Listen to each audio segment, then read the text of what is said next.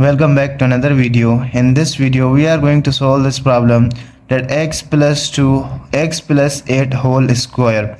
So we are going to solve this problem that x plus 8 whole square.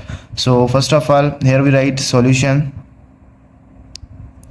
then here we write x plus 8 whole square. So we write whole square as x plus 8 and x plus 8, 2 times x plus 8, this equals to this.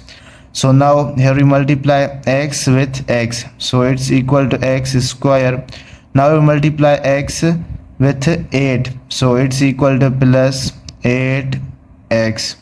So now we multiply 8 with x, so it's equal to plus 8x, plus we multiply 8 with 8 at the 64.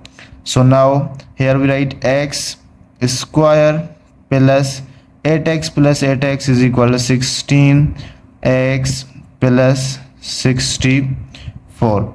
This is our answer.